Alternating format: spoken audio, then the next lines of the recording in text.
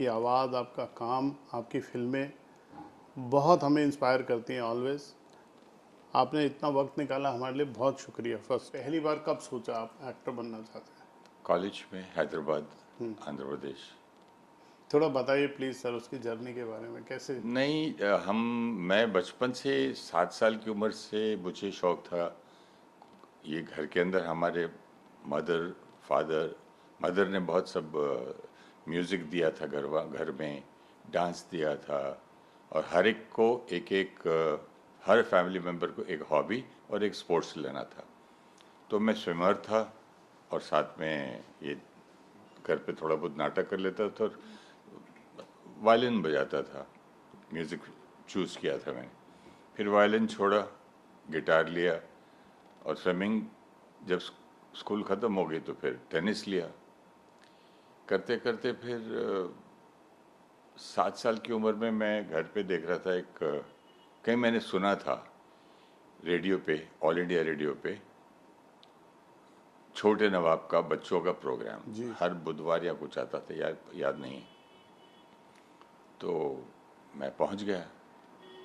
घर बड़ा था, आंगन सामने पीछे आंगन, तो कुत्ते बिल्ली ये लड़ते रहते थे कहाँ कूँ।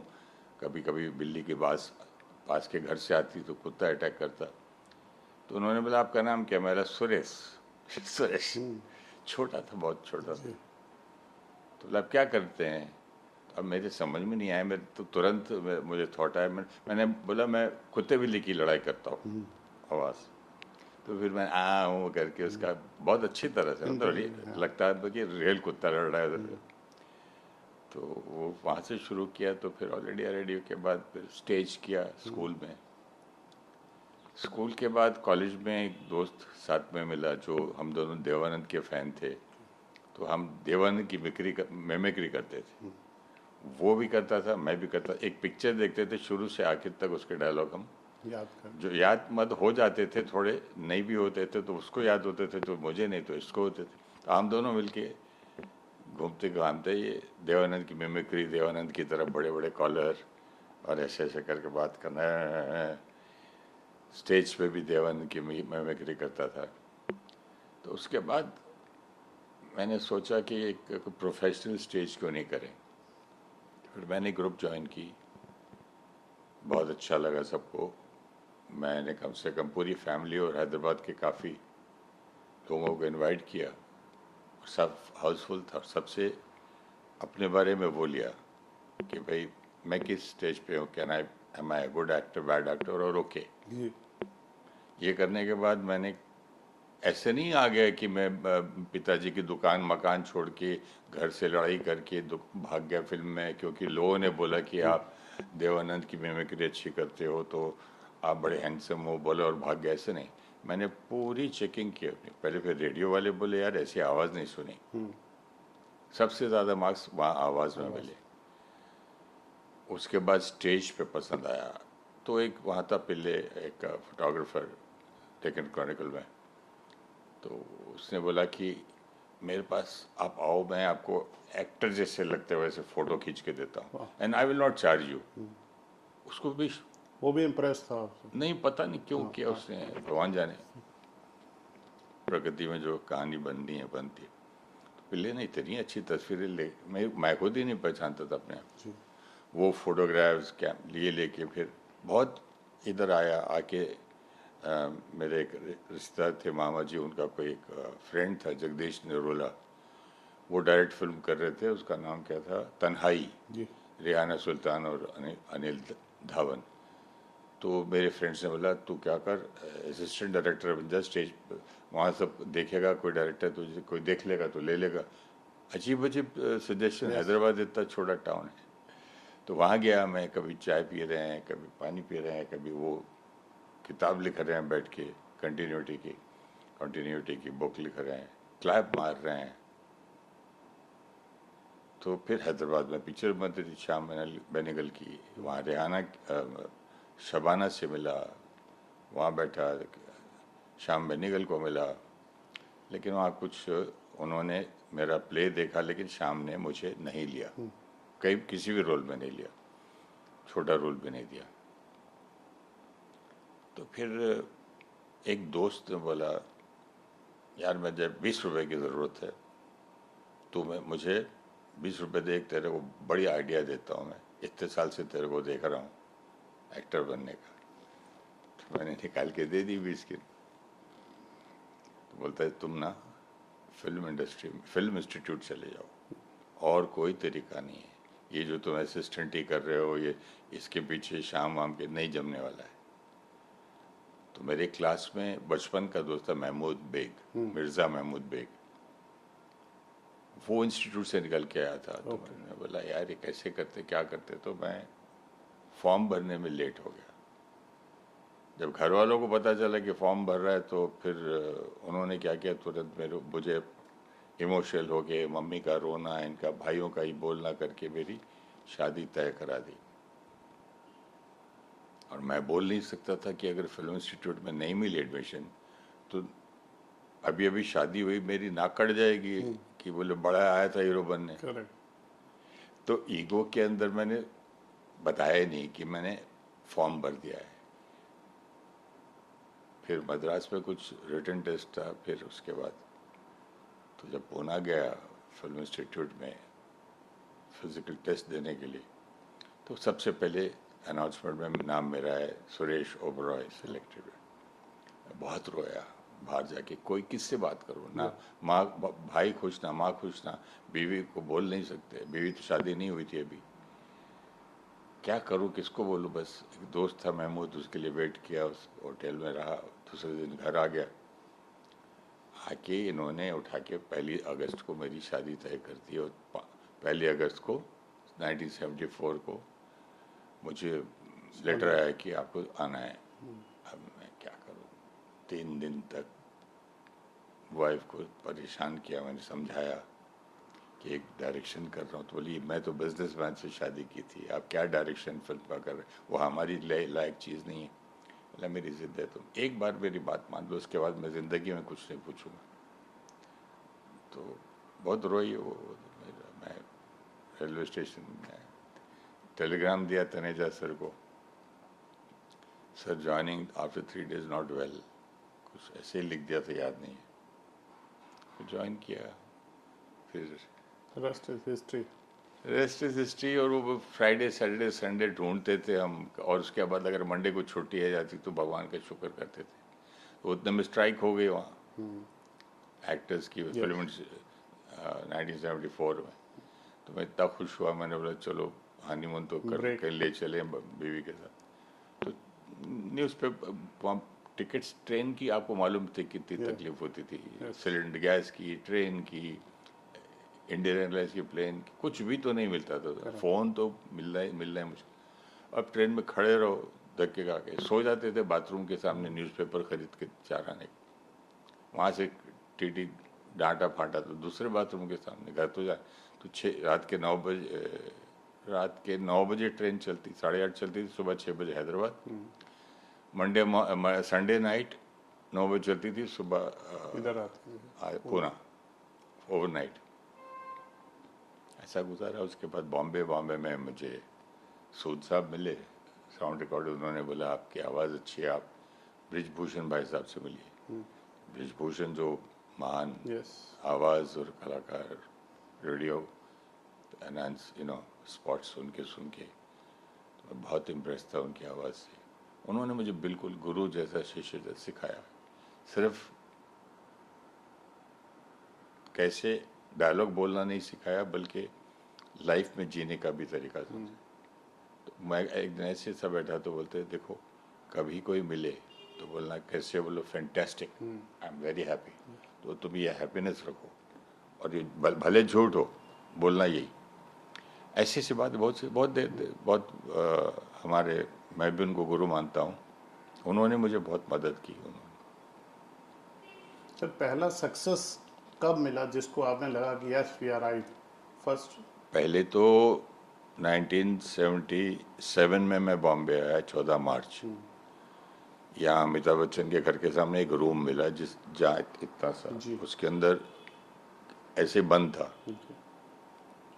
बैल्कनी भी नहीं थी, और छोटा सा एक बाथरूम था इंडियन स्टाइल, और एक ऐसा बेंच रखा हुआ था, एक ऐसा किचन के ऊपर कुछ पकाने के।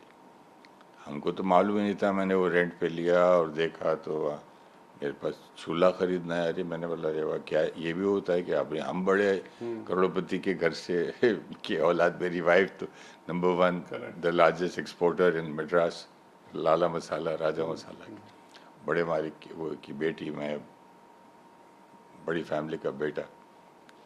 कैसे वो ज़्यादा तकलीफ हुई, क्योंकि फिर वहाँ की चौकीदार से मुझे वो मांगना पड़ा, क्या बोलते हैं, घासलेट, केरोसिन। हाँ। हमको तो केरोसिन वेरोसिन आता नहीं था। थोड़े थोड़े बर्तन लाए थे घर से, वो यूज़ किए।